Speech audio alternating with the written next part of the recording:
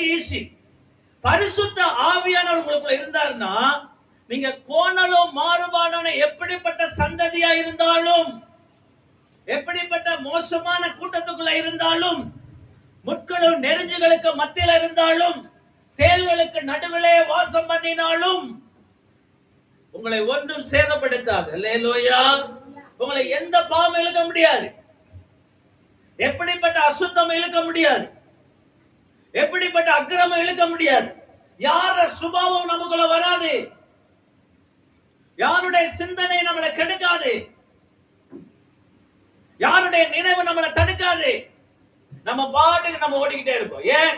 ஒரு யோசேப்பால எகிப்திலேயே உண்மையா இருக்க முடியுது, போத்திபார் வீட்டிலேயே உண்மையா இருக்க முடியுது. ஒரு தானியேலினால பாபிலோன்லயே பரிசுத்தமா வாழ முடியுது. ஒரு தாவீதால தன்னுடைய சகோதரர்கள் மத்தியிலே உண்மையா இருக்க முடியுது. ஒரு எஸ்தர் ராஜாத்தியால அரண்மனையில கூட உபவாசம் போட்டு ஜெபிக்க முடியுது. எல்லாரும் பாவம் செய்றாங்க, எல்லாரும் அக்கிரமம் செய்றாங்க, எல்லாரும் அநியாயம் செய்றாங்க. இவங்க செய்யல, எப்படி இருக்க முடியுது? எகிப்துல அப்பா இல்ல, அம்மா இல்ல, தம்பி இல்ல, சகோதரன் இல்ல, சகோதரி இல்ல. ஆனா எப்படி இவங்களால மட்டும் அவ்வளவு உண்மையா இருக்க முடியுது? எகிப்துல எப்படி உண்மையா இருக்க முடியுது? அதுவும் போத்திபார் வீட்டுல கூட எப்படி உண்மையா இருக்க முடியுது? ஏன்னா அவனுக்குள்ள ஒரு விசேஷித்த ஆவி உள்ளவனா இருந்தான். அபிஷேகம் பெற்ற மனிதனா.